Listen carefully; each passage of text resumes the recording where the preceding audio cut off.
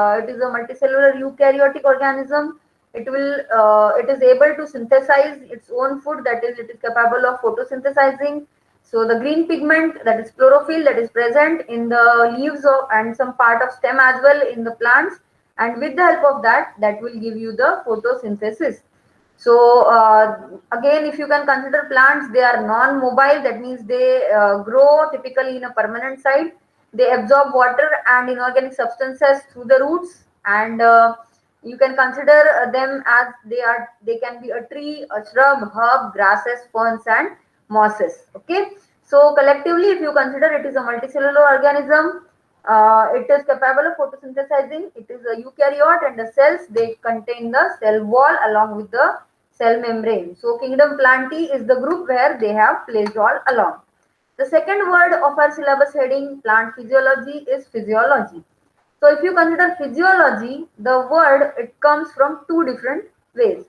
So physics is not physics, basically it is physics, and it means nature or origin, and logos is study. So physiology, if you in a at random way if you consider, then it is the way or nature of the thing, and you want to study the origin or the nature specifically. The scientific study of function in living organism is the physiology. It is a subdiscipline of biology. Its focus is in how organisms, the organs, the organ systems, cells, biomolecules, all they carry out their functions. So, what are the typical nature of each and every biochemical reaction which is occurring inside the body, outside the body of the typical organism, that is considered in the physiology. So, all the metabolics which is occurring, which is going on inside the body of a plant, that can be considered as a plant physiology. So can you enlist me some of the physiological procedures or some of the physiological processes a plant undergo? Yes. What are the activities? What are the metabolic reactions they occur in the plant? Yes, get yourself unmute. And Transpiration. transpiration. Very good, Praful. Anyone else? The most important and simple type of reaction, if you can consider. Yes, Transportation. transportation. Okay. Another thing, Rajeshwar has given the example, that is transportation. Someone else is also speaking, but I am unable to hear. Yes, is it Sakshi or Gayatri? Yes, give me some examples of the physiological processes occur in the plant. The very basic thing. Why a plant is called as a plant? Photosynthesis. Photosynthesis. Yes, Sakshi. Very good.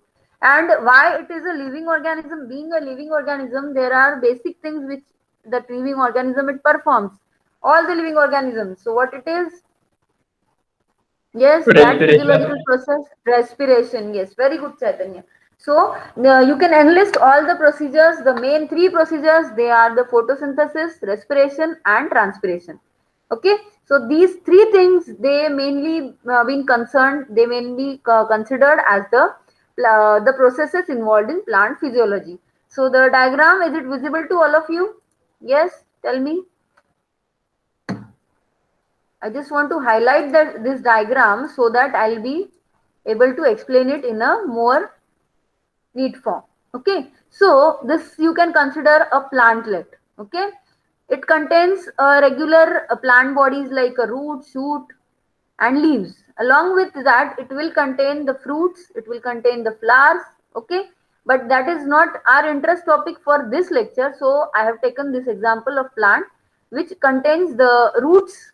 Roots, it will function to take the water along with the inorganic and organic ions inside the plant body.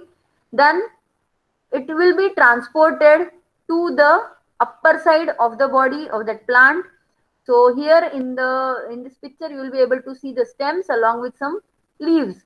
So leaves, they are the kitchen of plant. You can consider here the carbon dioxide along with water in presence of sunlight and chlorophyll. Photosynthesis it occurs, whereas the respiration process it is also accompanied with the help of the oxygen which is present in the environment.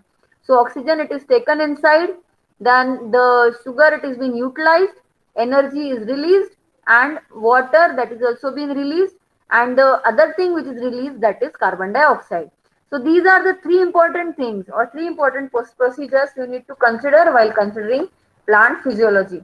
Along with that, you have to also consider the photorespiration and other different hormonal considerations, the growth of plant in the next few lectures in the series. Then, if you consider the plant physiology, it is nothing but the processes occurring in the plant. Okay, so take out your notebook and write down the things. Three main processes. Switch on your camera. Yes. What are the? Give the heading plant physiology. You may have the tree diagram again. Photosynthesis, respiration, and transpiration. Then write down as plant physiology is the study of processes occurring in plant. Processes occurring in plant. It is nothing but how the plant works.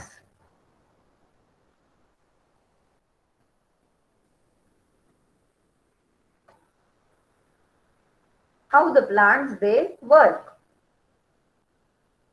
Consider that plants they are dynamic. What do you mean by dynamic? They are not motile minded. They are not बस लिहायचं बंद करा आता. They are not motile, but no doubt they are dynamic. Many physiological processes occur in each part of plant.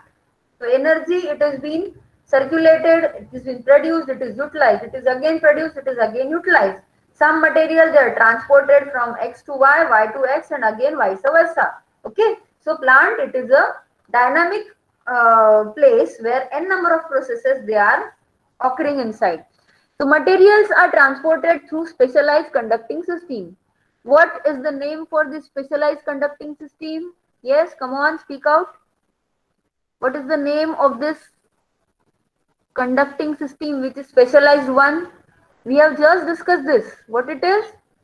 Xylem and phloem. Okay, so that is the vascular system. You have to tell the name like vascular system. Okay, so energy it is harnessed from the sun through the photosynthesis. It is trapped, it is gained, it is bared by the from the sun, and the process is called as photosynthesis. And what is the output of photosynthesis? It forms sugars. Okay, so sugar it has been formed, and other storage products they are being formed from the sugar, which is the output of photosynthesis. Okay, then the stored foods are broken down to yield chemical energy through respiration. So that is the round the clock process which occurs inside. And that is why it is considered that plant consumes the oxygen all over the day, whereas it will release the oxygen during the daytime when the availability of sun is there and photosynthesis it is being occurring in the plant. Okay, so this is the way how plants they are dynamic. Then the very important aspect of water of the dynamicity of a plant is movement of water. The water it has been moved by different processes. So the very first process is the diffusion. What is the process called it as? Diffusion. Write down the heading, water movement. Give the first heading, diffusion. I feel better if you switch on your cameras. तुमच्या वर्गामध्ये तुम्ही बरेच जण camera switch on ठेवतात. तर मला I used to feel like being in the classroom. Okay.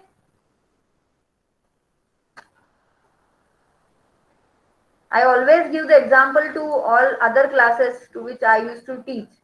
That is BSc first year students, they always keep their cameras on.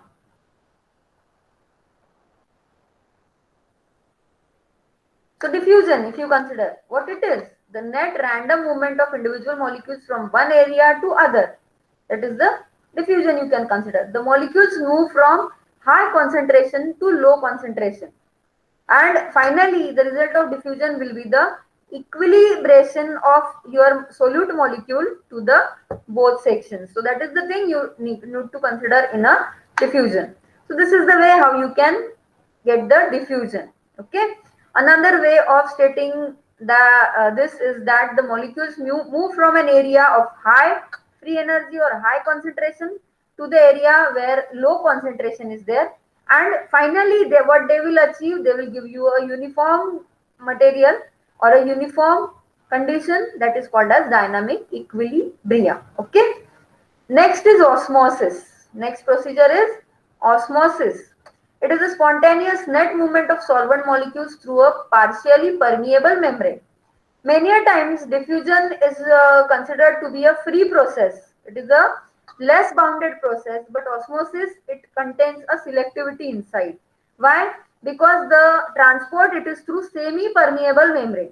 If you are having the I-card of Devgiri College, Department of Biotechnology and Bioinformatics, you will be able to allow inside. Okay. If you are not having it, you have to consult to your teacher, and if the teacher is allowing you to be inside, then and then only you will be allowed to be inside. Okay.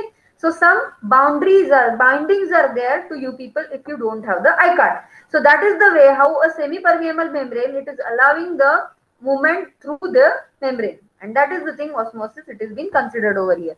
Okay. So again, considering osmosis, it is the spontaneous net movement of solvent molecules through a partially permeable membrane into a region of higher solute concentration in the direction that tends to equalize the solute concentration on the two sides. So from one side, you will be having a high solvent or a thin solute concentration. In other side, you will be having a thick solute concentration. What is moving over here? That is the solvent. So solvent will move from low concentration of solute to the high concentration of solute, so that to equilibrate both of the things. Let us see in the diagram so that you will be able to know it in a proper way.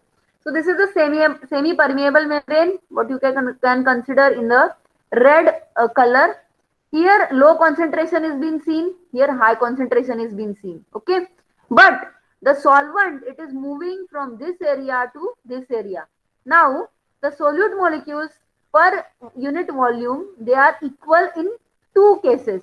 No doubt the volume of solvent, it is being increased in one side, but still the per unit volume of solute molecule, that means the rounds which are present inside, they are equal at both sides now. Is it clear to all of you? Are you getting what I'm trying to explain you? In the first diagram, in this section, what you will be having? You will be having higher solvent, less solute concentration. Whereas in this section, what you will be having? You will be having high concentration of solute in the same amount of solvent. So this is the thick concentration you can consider. If the semi-permeable membrane is allowing the solvent to flow through it, then the solvent molecule will migrate towards the high concentration of solute section, and then finally what they form a equilibrium, and this equilibrium will allow the amount of solute molecule per unit volume of solvent in the equal form. Is it okay now? लक्षात येत आहे? Solvent molecules जे आहेत ते इकडून इकडे migrate झाले, त्याच्यामुळे solvent मॉलिक्युलची जी length आहे ती इथे वाढलेली दिसते आपल्याला, पण तरीही number of solute molecule per unit volume of solvent molecule, now that is equal in both sides. Is it clear to all of you? So this is the way. These are the two important processes which are used in case of conduction of water in the plants. Now water movement in plant at cellular level. At cellular level, how the water movement it is occurring. It moves in and out of cell depend on osmotic force.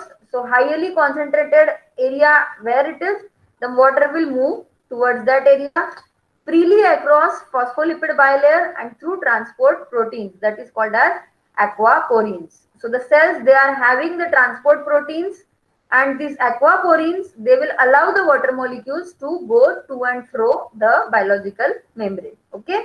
So this is the way how water it moves in the cells or through the cells. So this is the thing I just want to tell you people. Both the things, they are being considered over here, diffusion as well as osmosis. So this is the bilayer you can consider, and these are the aquaporins. So the water molecules, they come or they go to each and every side depending upon the concentration of your solute molecule. So wherever is the hypertonic condition, the water will move there. Whereas the hypotonic condition is there, water it will not move at that side, only towards the hypertonic consideration. Okay, so this is the way you need to consider the movement of water across membrane. Is it clear to all of you? Show me your thumb if it is clear to you, or shall I need to repeat it? Yes, Rajeshwar. What happened to you, Rajeshwar? Basically, tell me.